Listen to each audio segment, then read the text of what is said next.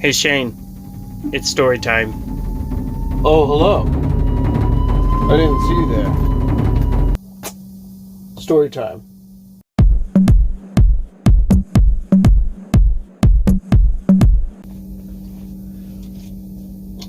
Well, hello, ladies and gents. Hope we're doing well. This is, as you can see by the title, a story time video. So, this one's going to be about my time hauling cattle and what I learned from it, right? And there's a train going by. Hopefully that doesn't destroy the audio. Anyways, guys, look. So I guess I'll just begin on how I even got started. Long story short is, went to trucking school, okay, years ago, and then met a guy who was from Indiana, who knew a guy from Indiana, who had connections down here at Lone Star Calf Ranch in Hereford, Texas. And so that's who I hauled cattle for. But the one who was running the trucking side of Lone Star was Sam Tully. And, well, unfortunately, my old boss, he recently died,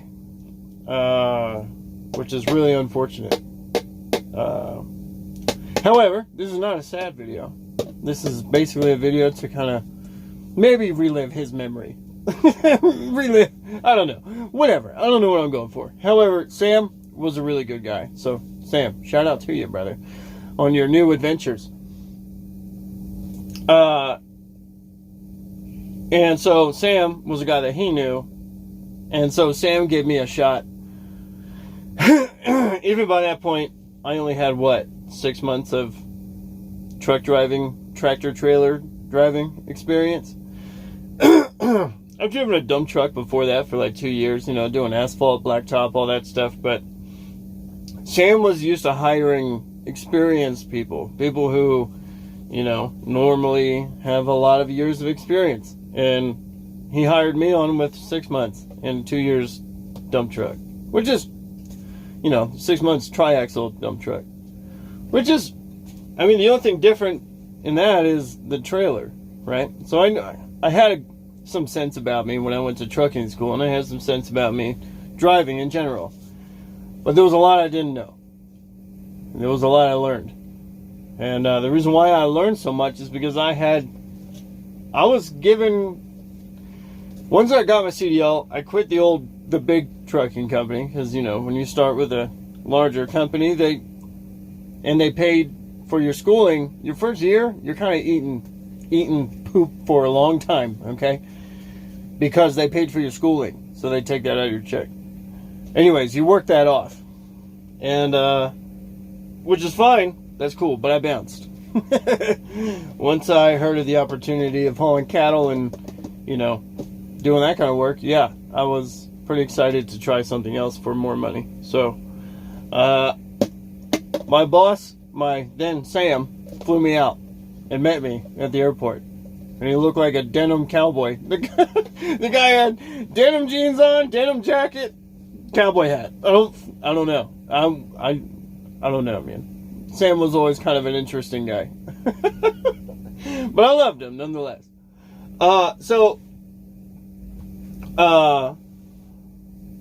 And he was like, "You're Shane." I'm like, "Yeah, I'm Shane." He's like, "All right, cool." And he's like, "We're going to have fine dining tonight," because I flew in at night. He's like, "We're going to eat like kings tonight." And I was like, "Okay." I'm like, "Where's this guy going to take me? Some fancy steakhouse or something?" No, we went to Taco Bell. That man took me to Taco Bell and said it was fine dining. Well, anyway, we were talking, getting to know each other. He was really skeptical on my lack of experience, shall we say. And but he decided he was going to take a chance. So, he was already a plane ticket invested. Come on now. You can't stop now. But in all seriousness, no, I owe it to Sam, because I gained a lot of experience through him. He was very knowledgeable. And so were all his drivers. All his drivers were 12 plus years of experience just hauling cattle.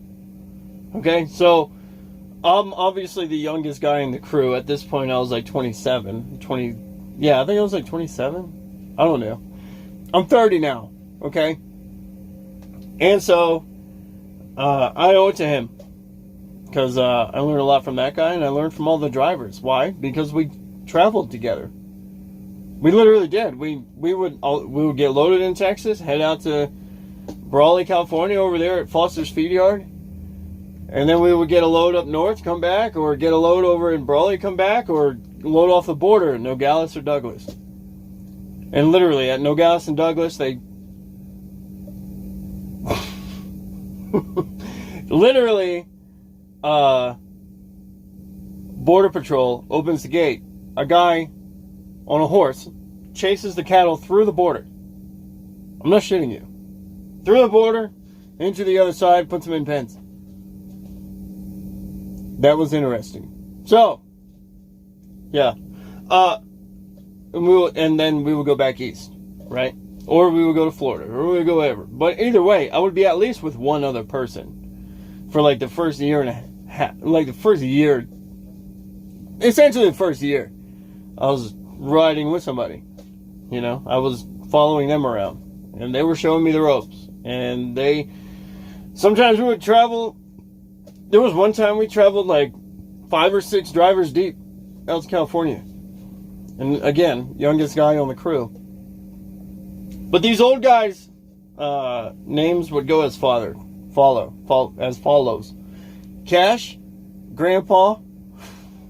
I love Grandpa. I love Cash too. And I still keep in touch with most of these guys actually. So we got Cash, Grandpa. Grandpa, we called him Grandpa because he was the oldest and he had the most experience. He was driving 40 plus years on the road. Cattle alone. So, you see, he's an interesting guy. I'll give it to you that way.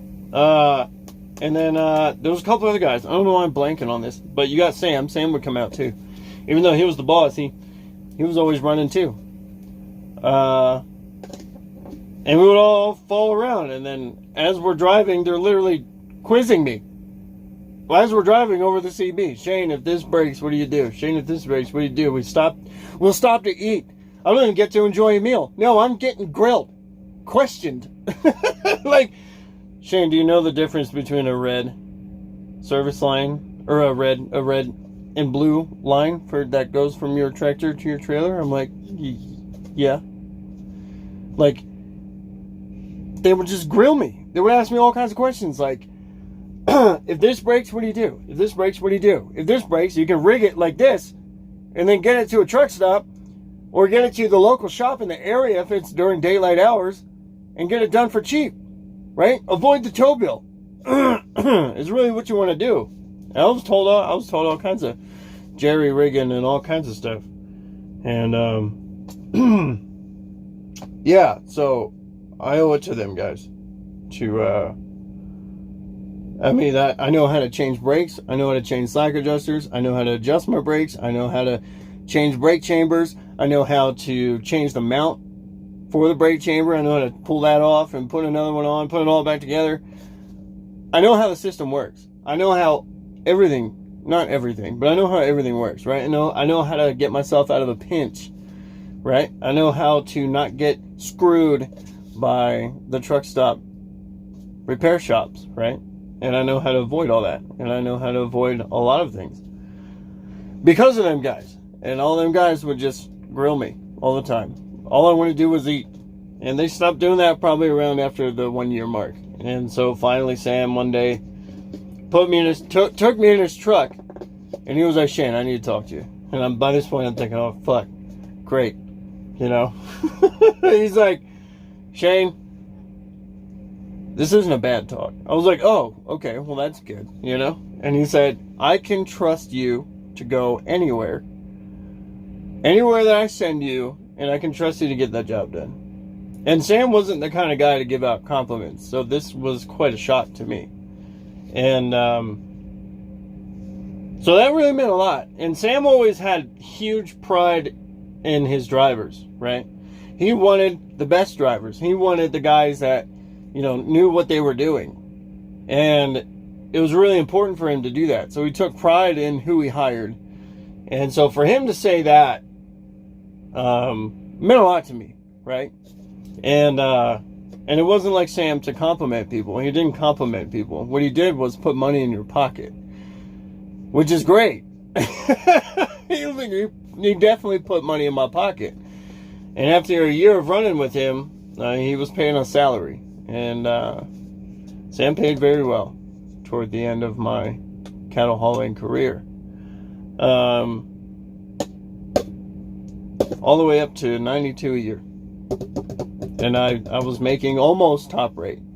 I wasn't there, but he had a lot of faith in me, man. And that meant a lot to me, because there was shortly after the year mark, I was getting myself out of situations. I wasn't making mistakes anymore. I was doing the job as it needed to be done. I was becoming very good at my job.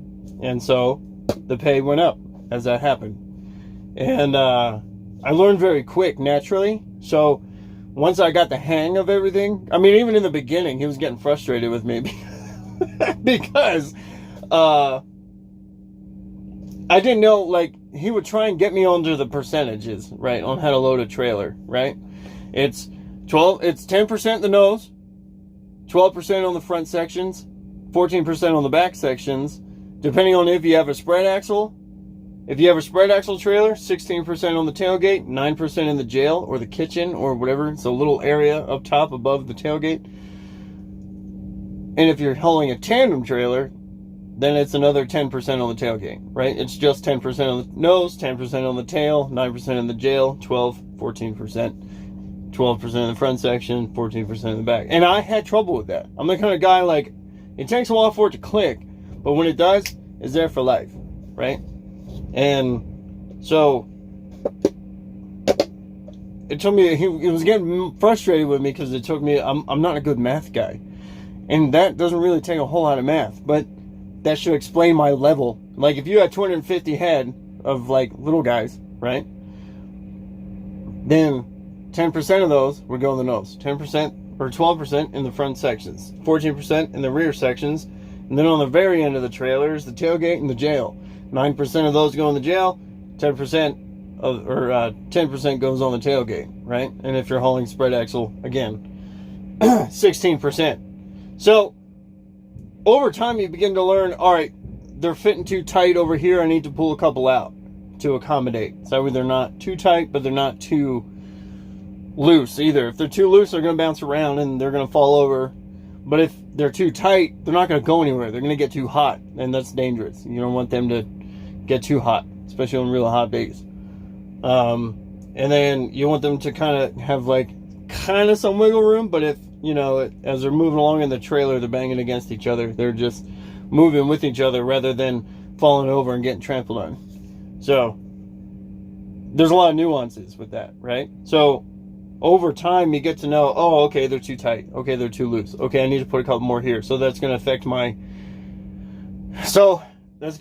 the rest of the loading, right? But that's fine, because then you start to develop a mind for it. You start to go, oh, okay, you know, you get it. It becomes second nature. And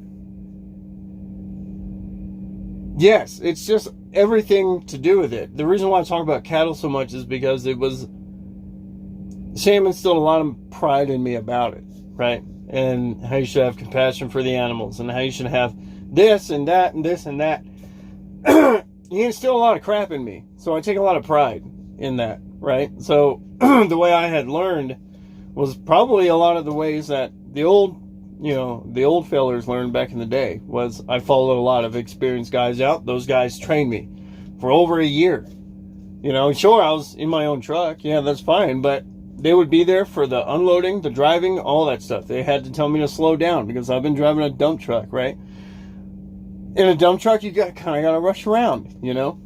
And so you don't do that with cows. You drive slow. You go up through the gears nice and calmly and all that stuff. And you put your seat all the way to the floor, because then you can feel where the cattle are going better. You can, yes. They had me driving a Volvo and a Freightliner before they even put me in a Peterbilt 389. I was driving a Peterbilt 389 flat top towards the end there. And they didn't even want me driving the nice trucks. So obviously they put me in the loaners. Which weren't bad trucks either. I mean, I didn't care because I was already used to driving a Cascadia anyway, a Freightliner. So they put me in an orange, what used to be a Schneider truck, an orange Freightliner. And this thing was pretty ugly. And I drove it, you know. I was like, whatever, fuck it. And then, yeah. So Sam, what I'm saying is that Sam instilled a lot of knowledge in his drivers with 20 plus years, you know. Taught me a lot, right? Taught me how to run. Taught me how to use a paper log.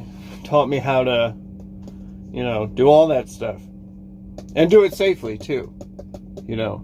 And not be an idiot. Know your limits. Know whatever. Anyways. With that being said, we're going to go over everything I learned, right? I mean, everything that I've learned from these guys is invaluable.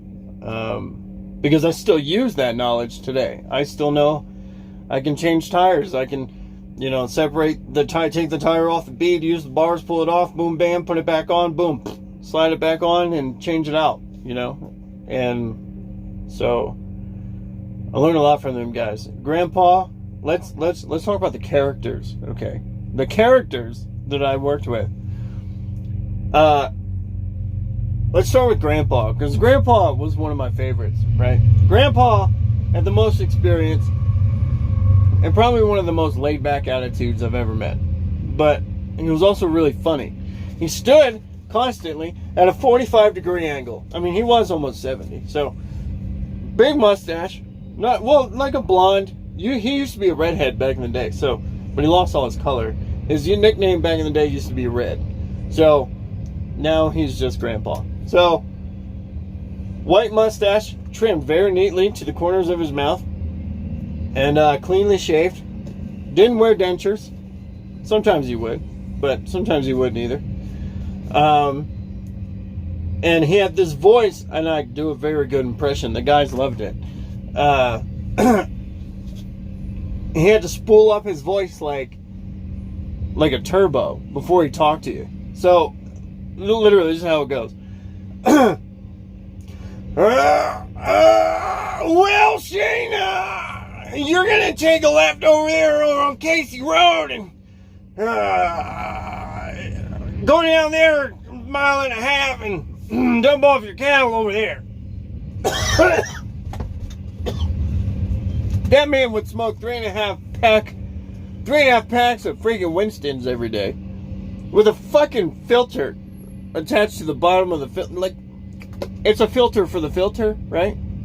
It's plastic there, but I'm like, what are you doing? If you're gonna smoke 3 packs of whatever, you know, I'm not gonna question the man. However, some of the shit that he would say when you're like, hey man, I was talking to him. I actually keep in touch with Grandpa, and I just talked to him last week, and we were asking about the kids, and I was asking about his smoking.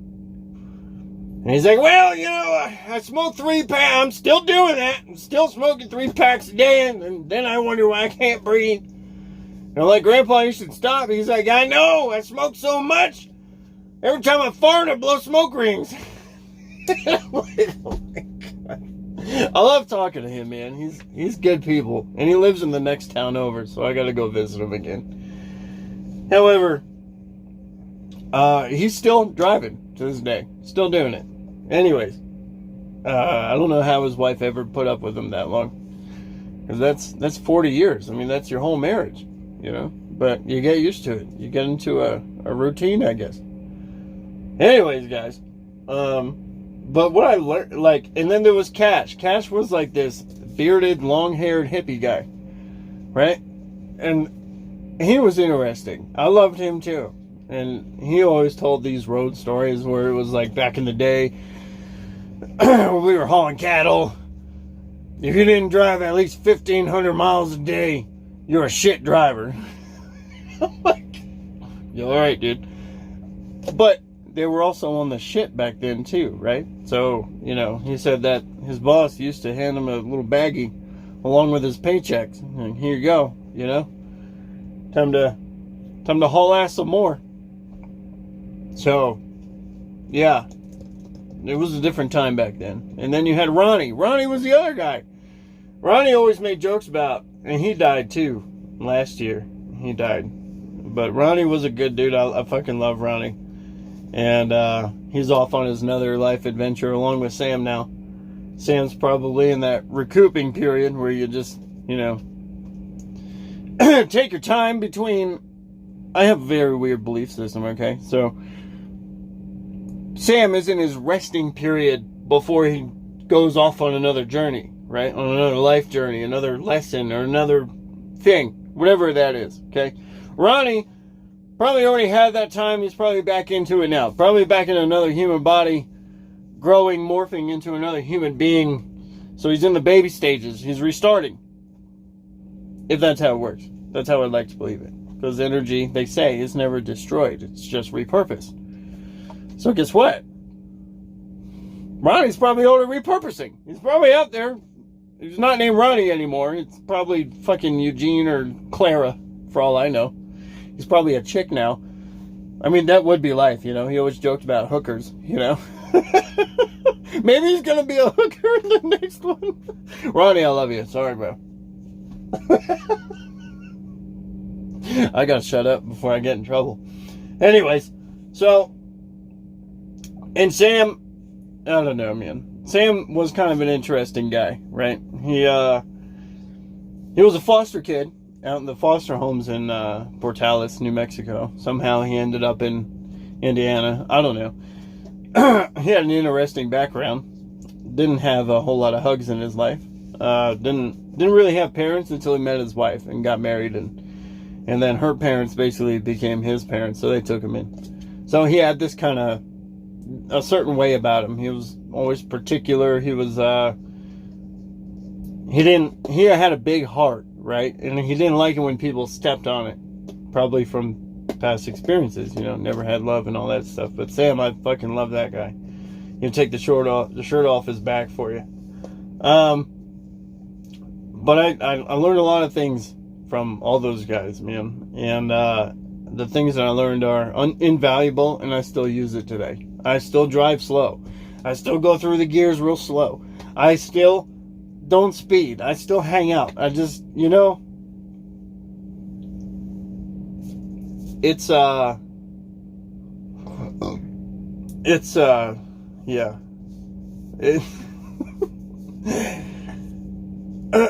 But it was quite a shock to hear that Sam died. He, fucking drunk drivers, man, I'm telling you. And it was just a bunch of drunk kids just out having fun. And, so they ended up killing him. They life flighted him the week before. And then I guess the injuries were so bad and just couldn't do it anymore. So his body quit on him. And, yeah. It's unfortunate, man. Really unfortunate. Just heard about it last week. And so I wrote a little blurb on his Facebook page, and his wife liked it. And, you know, I used to throw catch with his son whenever I would go up there. And he would always help me unload the trailer. His son's probably going to carry on the legacy, probably. And used to throw a ball with him, and then he would always help me clean out the trailers. And he was only like, what, 9 at the time? He was real young, but he always wanted to help out. He was always like, hell yeah, let's go. I'm like, all right, let's go, kid, come on. And he would help me take off hay or clean it out or wash out the trailer or whatever. He was always happy to do that. So, yeah. And then, but Ronnie would always talk about hookers. And, yeah. He was back in the day, he was an older guy too. Back in the day, he used to rodeo and all that stuff. Still had all his riding gear, and he had geared so old, some of his gloves like molded together, like the leather literally just became one with itself, and it was no longer a glove. It was just this weird bundle of material. there's that guy, man. He was cool too. I that was another shocker too. I was really surprised to hear that. And then, man, what else? I mean, what else is there to say? I mean, they would teach you, every few hundred miles, you stop the cows. You stop and you stand up the cows. Usually when you walk by, they'll start standing up, or, with the hot shots, or the cattle prods, or, basically a taser you can use to stand them up. Me personally, I never liked using the taser during the loading and unloading processes, because I found that if you're calm, they get on the trailer easier, right? Like, when I'm on, I don't know, man, I unloaded the trailer fairly quick, probably within 5 minutes. Once I got into the swing of things and I learned how to work with cows, they're actually pretty smart. They're smart creatures, man. They're not dumb. And, contrary to popular belief, they're not stupid animals, man. They're really smart. And I say that because, which led into why I don't use hotshot, right? Once you understand, like, they're not dumb creatures, man. They're not. I mean, I always had compassion anyway, but once I saw, like, I was in Ohio one time delivering pregnant mamas, and I was getting all the mamas off, calmly, quietly, because they're 1,500 pounds. They'll smash me into the aluminum and make me part of it if they kicked you. Because I've seen one of them pregnant mamas kick through the holes that are in the trailer, kicked right through them. Just, and I was like, oh God, okay, well, we're not going to do that no more. So, wasn't even my trailer. One of the other drivers, Paul, he had a trailer. He had a pregnant mama kick on him, and she kicked right through the aluminum trailer. And it's probably like that thick, Like, it's pretty thick aluminum. Right through it. It's enough power to break your femurs. So, that's why I'm always calm, okay? Humble yourself. Because those animals will kill you in a heartbeat. So, I was always calm, right? I was always cool, patting them on the butt. Hey, cool, it's time to get off. And I talked to them like they were people. I was like, all right, ladies, or all right, gentlemen, whoever, whatever gender of those species I was hauling. And I was like, hey, it's time to get off the bus, right? Time to get off the bus. All right, passengers, let's go. And I would literally get on and I would talk to them. All right, ladies, time to get off the bus, okay? We got to get you off. Come on. Careful on that ramp. Watch out on that ramp. And I would just keep talking to them, like, calmly. And I would just, like, talk to them, ease them off, and then they would just get off. It was easy. And I was unloading trailers in, like, 5-6 minutes. And I never had a problem. Except for this one time in Ohio, which I'm about to explain to you. There was a pregnant mama. She didn't want to get off the trailer. She was afraid. I was in Haviland. And I forget what that place is called in Haviland, Ohio, but there's a dairy over there. And I forget what they're called. But, so, I got all the cows off. All of them. And so, typically when I'm having trouble with one cow, she was up on the top floor. You unload your top floor first, and then the nose. Okay, I unloaded all those cows just fine, but she was the only one from the rear section on the top floor that didn't want to come off. And so I let it. I was like, all right, cool, you don't want to get off yet? That's fine. So I put up the ramp and then closed that door so that way she wouldn't fall out, and I opened up the bottom half, got the bottom section off. Everything was fine. And then it was just me and her.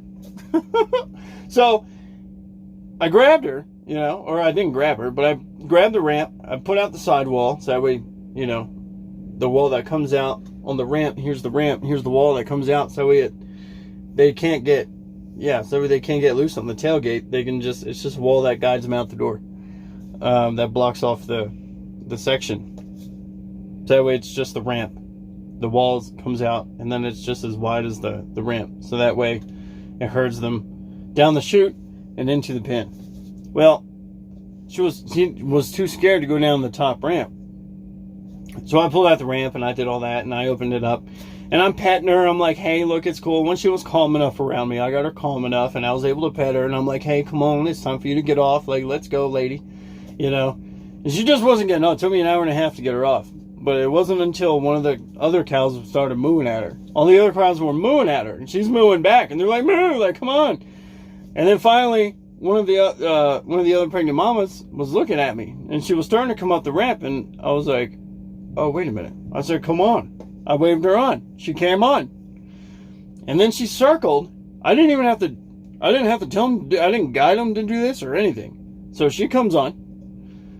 And then she walks around the cow that was scared, and she walked off. Right? And then that gave the other one the courage to walk off with her.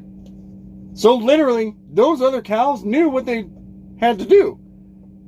And I was able to acknowledge that. I was like, oh, no shit. So she literally came on. She looked at me like she was looking at me at the bottom of where the chute meets the trailer. And she was looking at me like, come on, dude. Like, you gonna let me in there? So I was like, all right, come on. And then she came up, circled her, came off. Then she went off with her. I was like, holy shit, dude. Cows are smart, man. They really are. And that's why I treat them with respect. Whether an animal's smart or not, I'm going to treat them with compassion and respect, okay? And that's important. And it helps you to not get your face kicked in, okay? Because once you start being a dick to a 1,500 to 2,000 pound animal, guess what? They're going to be a dick back to you. Because you're being a dick. So that's why I was never a dick. Because they could hand my ass and kick me through. They could push me through like spaghetti. Through the holes in that trailer. So I'm good. One wrong move and you're getting your ass handed to you. And it ain't going to be pleasant. And you're probably going to die. So, no thank you. So, again, treat them with respect. Okay? And if you haul cattle, I'm sure you do. Okay? I didn't run into any drivers that ever abuse their animals. Okay? It was usually the places that I was picking up and delivering at that I would see weird shit. Like, picking up the baby cows from their ear and tail and just hucking them on the trailer, and that shit would piss me off. And you know, it was always at certain places at dairies where they're run short. Those guys are short-handed and they don't have the time, you know, and it's sad. But yeah, I mean, that was another thing I learned: compassion for the animals, right? And I learned how to unload and load quickly. If you're calm, because the minute you start going, oh my God, get the fuck out, when you start doing that, no, that's when they get more scared, and that's when they start getting nervous, and that's when you see the rear legs kick in, getting ready to fucking pummel your ass. Yes, so that's why I'm calm. It makes your job easier, and it makes you feel good when you get them all off without having to. So. Anyways, guys, I'll elaborate on more of the characters and the more things that I've learned, and I have a couple of good stories. Like one time chasing around this female cow, and she was charging me. And she wasn't very happy either. So if you want to hear that story, I got you, because it took me 45 minutes to get in there because she was playing with me. She was messing with me.